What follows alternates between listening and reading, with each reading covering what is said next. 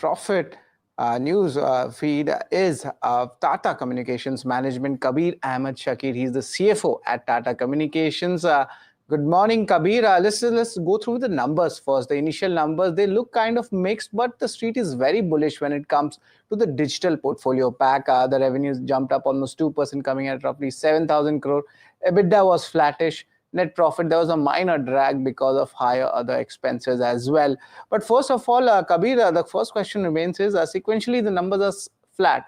But let's look at the future, the digital portfolio. That's where the bullishness is coming. So if you could just help us out with the entire strategic outlook going ahead for this segment.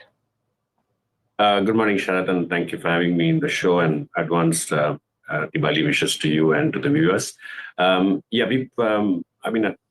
In answering this question, I would like to zoom out and talk about the vision of Tata Communications. We have clearly called out that we want to move away from being a telco to a comtech player, and our proposition comes to life with our customers with the digital fabric, which we have positioned in the last few quarters.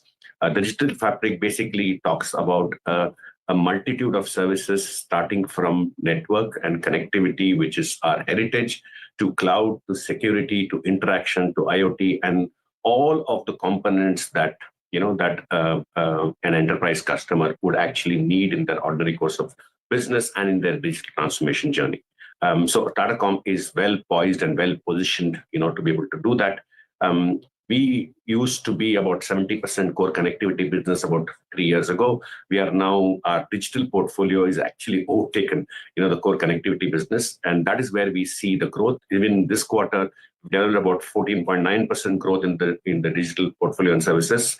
Some would say that's, not good enough, including me. But we are in that journey of transforming this company to be the one which provides digital fabric to our enterprise customers. So that's the reason why we are quite bullish. We enter the conversation, the foot in the door with connectivity, because the 1/3 of the internet traffic of the world goes through our network.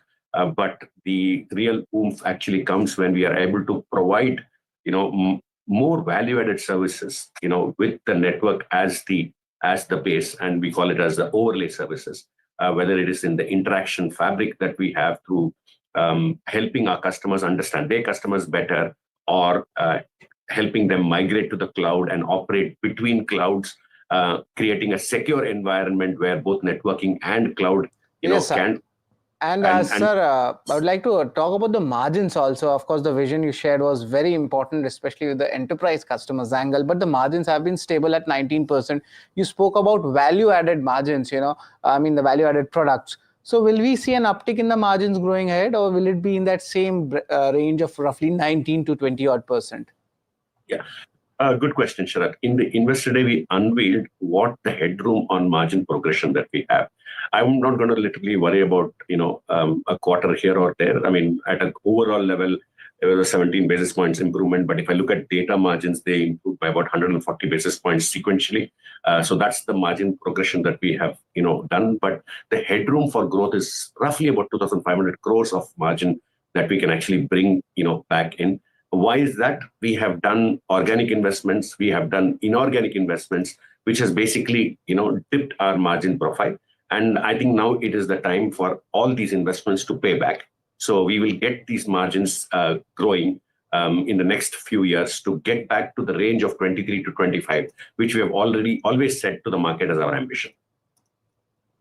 Correct. So that's a very important number coming in, 23 to 25%. Kabir, numbers were impacted a bit partially. If you look at the cables being cut, also that news flow has come. Will we see any spillover impact in the next quarter, or this entire issue has been, adjusted or sorted in this quarter itself? No, let me give a perspective. It is not to cry wolf. These cables are submarine, cables. Repairing them sometimes takes anywhere between 6 to 9 months, and the last episode we had, it almost took us about 12 months to repair these cable systems. So it will take, a bit of time. Having said that, let me, give it in perspective. Our core connectivity business grew 0.9% despite these cable cuts. That is the resilience of the global network that Tata Comm carries. Even though 3 out of 4 cable systems in Red Sea were impacted. Because we have diverse, cable systems going through at different parts of, of the globe, we are able to ensure that our customers did not get impacted by this. Could it have resulted in more business, than the 0.9% that we get? Absolutely, yes. But having said that, I think we are quite happy with what we have done despite this situation. And Kabir, the government projects, that number has been on the higher side this quarter. Now, looking at it now, how's the client confidence and the demand trends looking for this segment? Because there has been bullishness coming in, but government projects, they have been on a push. So we are expecting this momentum to continue in the next 6 months or the 12 months odd? Absolutely. So let's forget Tata Comfort for a time being and just look at the vocabulary of what is happening in the government circles. There is a lot of focus on digital India. There's the entire 5 trillion, 10 trillion dream that the government has for this country is powered by digital. There's a focus on AI, per se. MeitY has been formed with a specific focus to drive those initiatives. So every ministry, every corridors of government that you walk through, the vocabulary is digital. And I think Tata Com is well poised, to do that. The recent GSTN deal that we announced, it's a very proud moment that we are going to literally create the 72 virtual courtrooms, for GSTN appellate tribunal to be able to do their business more efficiently and effectively. Well, Rais, you spoke about digital, and just before we sign off, Kabir, the question remains is new product launches in AI space. Now, everyone, be it a technology company or even an ancillary company, and nowadays, even you are not calling yourself a telecom company, now you're also calling yourself a tech company. So what's the AI angle to it? And will this be any incremental benefit to you as well? Absolutely. I mean, look, we bought 1,000 GPUs.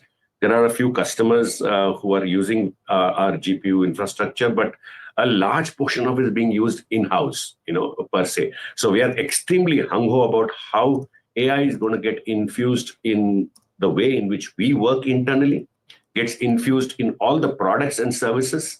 And we are going to start thinking AI first. We talked about a voice AI application that we are extremely happy what we've announced, to the market. And there will be much, much more that's going to come, in that space. A lot of investments has gone that. Our ROCE may look a little bit suppressed because those investments are playing out and the revenue has not yet come in. But I think we are in the right direction.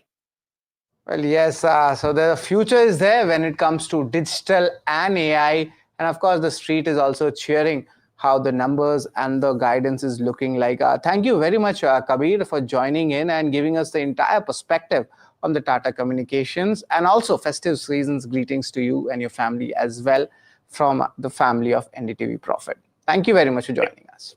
Thank you.